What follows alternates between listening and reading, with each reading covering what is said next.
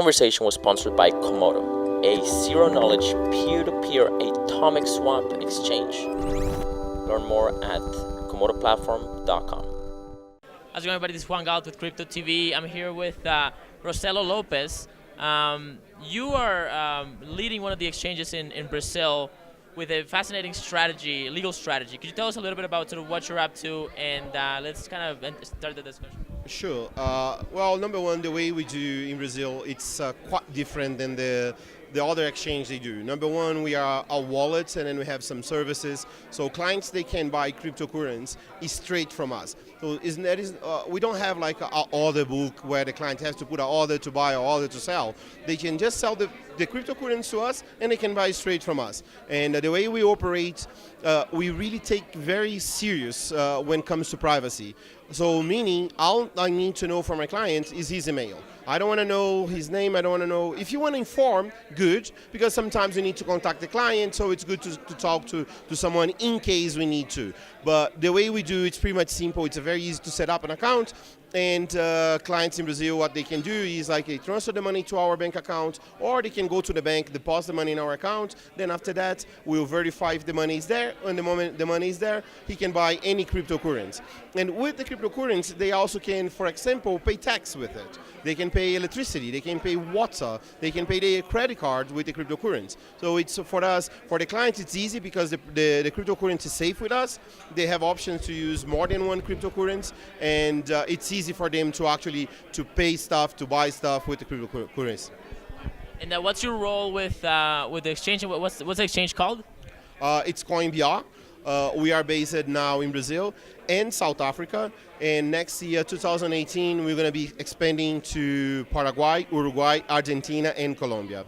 Are you like a financial officer? What's your role with the organization? I am the CEO of the company. Also, we have a sister company in Paraguay, which is the mining. We have a mining farm, and most of the cryptocurrencies that we mine on the mine farm, we sell those on the Brazilian market, also South Africa market. So one of the fascinating things about your story is that it's a legal strategy that you've taken, because obviously from a regulatory perspective, the banks want to do, they more or less what you've said is that they come and ask you, hey, there's a story about a Morpheus guy, right? Yeah. It's a Morpheus, the proton mail or something, yeah. Right? And they're like, hey, where's this money coming from, right? Can you tell a little bit about how that relationship with the regulators and the banks goes? Well, number one, we have to understand something like, there is no regulation related to cryptocurrency companies. Like my company, like I sell and I buy, and people can sell and buy cryptocurrency from us. So we're basically doing a service. And till this moment, there is no regulation saying what I should do with the information, or what kind of information I have to request to my clients. So that gives me that freedom. And then, of course, then comes to the bank, because the bank's always going to be a problem, because the banks say, well, you guys don't have no KYC. You guys don't have that. You have that information. When the regulator come to me and then say, well, you must to have that information because I want to know where the money is coming from. Okay, let's analyze one thing. The client use a bank account to transfer money to our account. So the bank did already the KYC. Whoever gave that user a bank account did check on him, check where his money coming from, and who's the specialist in money? The bank. I'm not a banker. I'm not a financial institution. So the bank should be liable on that. The bank should be the responsible for that transfer. And it's even worse. Sometimes we have some situation that the bank come to us and then ask us, like, what is this money come from? And sometimes the client to transfer the money to us is in the same banks as us. So if the bank doesn't know nothing about his own client, imagine what kind of service that he's doing. For the authorities, if the authorities happen with us on a past, someone for the federal police in Brazil came to ask, we have a transfer from this client to your account. What is this about? I said, well, the client bought Bitcoin and he did a transfer. He transferred his Bitcoin to this wallet. That's all I need. That's all I know. And then they asked me like, well, but we need all the information for your client. Okay, all the information that I have is his email. It's morpheus@protonmail.com. That's all I have. And of course, we told the authorities, go to the bank and ask the bank why the bank gave the account to this guy. That's the bottom line. So the bank should be liable on those kind of things. They are trying to transfer that to us when they are the one who's responsible for it. Now, I don't know if you're aware of this, but there was a case in the United States recently of a local Bitcoin trader that got basically captured for being an illegal money services transmitter, and his name in local Bitcoins was Morpheus. And actually, I know a guy that knows him, right? Like he was kind of like he was known in the space. Were you aware of that story that just happened like a few months ago in the States? Yes, I was worried about that story. And then, of course, in the United States, I mean, I don't know much about the laws over there, but of course, each country they have their own law. And in Brazil, at the moment, I think the freedom on that field, it's much more than the United States. And of course, will become a moment, I know for sure. And I agree with our regulation. I think must be a regulation to protect the users, but that doesn't mean we have to jeopardize the privacy or have less privacy. Privacy must be on top of everything. Privacy is the most important thing for us. And of course, a regulation will be good. Yes, it's good. But I think the market needs to grow a little bit more. The regulators need to understand a little bit more what happened on this new world. But there is no way to try to regulate this technology. They can regulate me. They can tell me what to do. But the technology, I'm sorry, they will not be able to do it. Right. Right. So you've talked a little bit about the different cases that you have. You're fighting a variety of banks. I believe it's in Brazil on certain kind of. There's some legal battles that you sort of engage with in order to defend your business model, right? Is this something that, and it's working, which is fascinating. I really want to hear a little bit about that. But is this a legal strategy that works specifically in Brazil because of their financial market sort of setup, or is this something that you think could maybe be applicable to other nation states, other jurisdictions? I do think, well, in Brazil, the way it works, like the bank is doing a public service. So they cannot choose what kind of public they are working for. So that being said, if the technology is not regulated or if there is no regulation for this kind of market, the bank cannot just say, oh, we're doing illegal thing. Well, if I'm doing something illegal, prove, and then let's fight in court because I'm not doing anything illegal. Can be done in another countries to say, well, the bank has done a public service as long the company is not doing anything illegal, so the bank should provide a bank account. That could be used in another countries, maybe, depends. Each country has its own thing. In Paraguay, so far, it will work. We check South Africa, same situation. And basically, it's like, if the bank wants to work close to us, we're more than happy to do.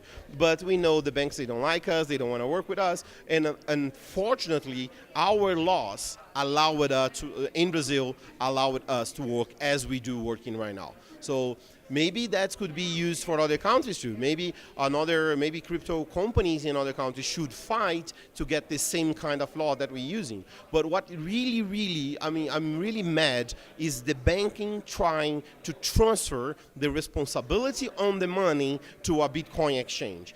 They receive the money, they transfer the money. They should be responsible for it. In the same way, if the authorities come to me and say, all right, give me all the transactions of the Bitcoin that any user did, I will give to them because I must to give to them. So the same thing as the bank. And I will be responsible for it. So basically, is the bank trying to transfer that responsibility to us? That's not cool. Right.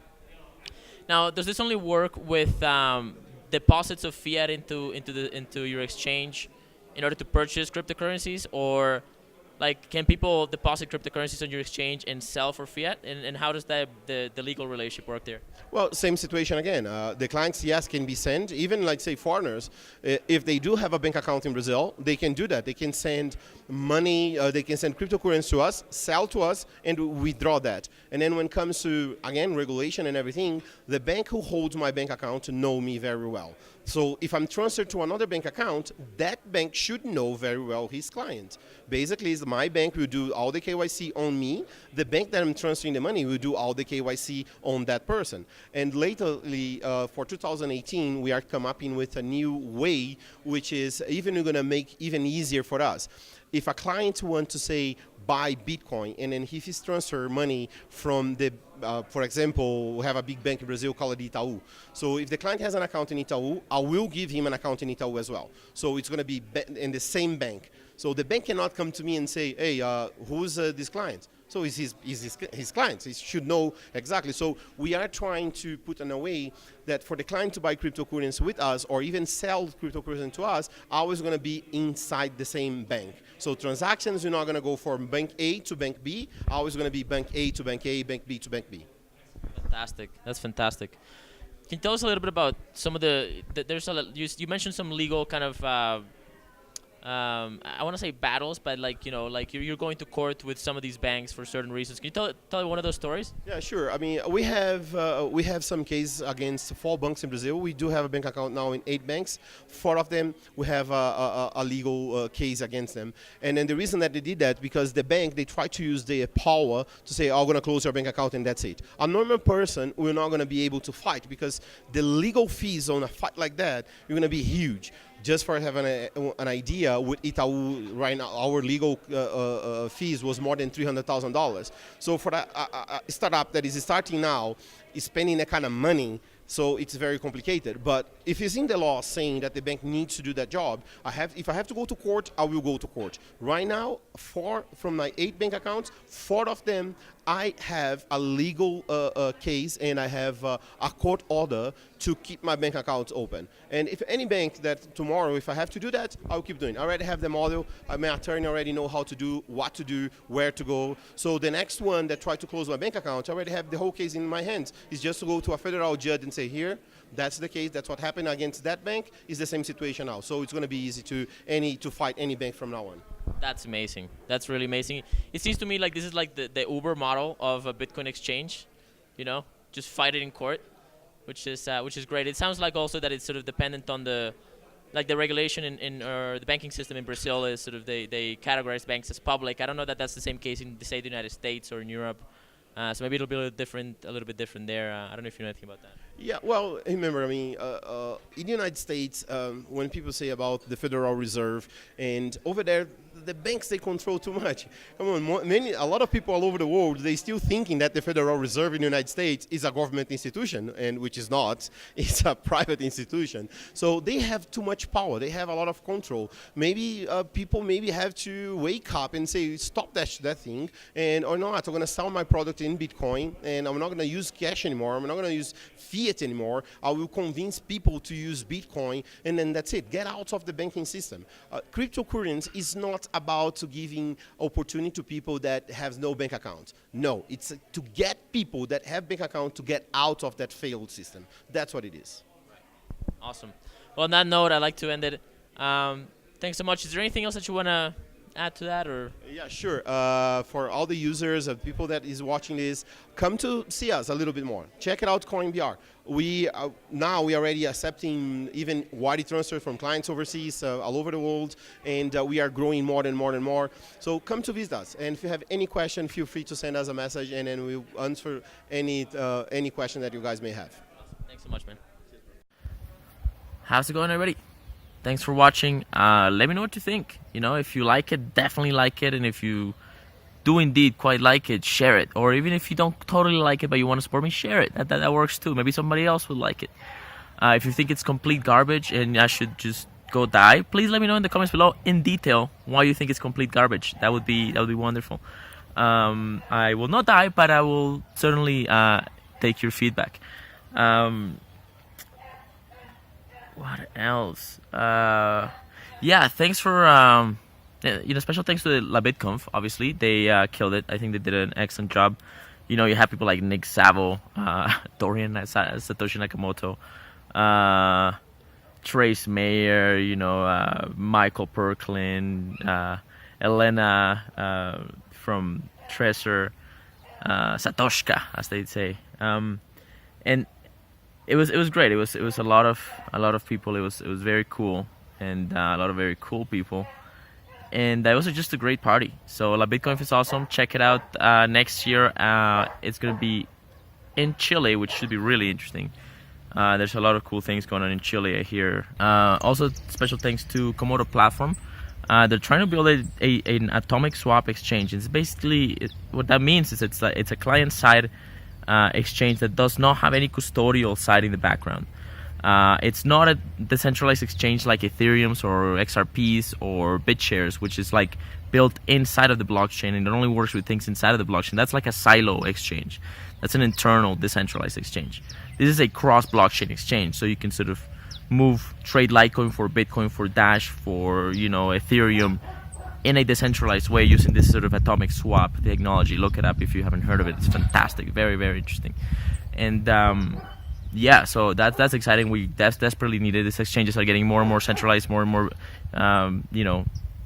big, and holding a bunch of money, and they're getting regulated and KYC'd and controlled by the same regulations that brought us the modern financial system. Congratulations.